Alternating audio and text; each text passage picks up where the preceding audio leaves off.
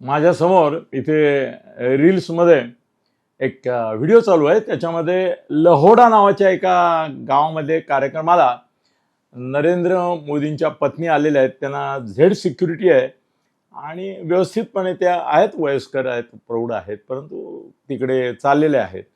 ते दृश्य बघत असताना बाजूला इथे माझ्याकडे पेपरमध्ये अमेरिकेचे उपाध्यक्ष JD व्हान्स हे सहकुटुंब भारत दौऱ्यावर आलेत आणि त्यांची 3 मुलं, एक मुलगी, 2 मुलं यांचे मोदींना आजोबा समजून त्यांच्याबरोबर खेळताना, त्यांच्या मांडीवर बसतानाचे फोटो मी बघितले.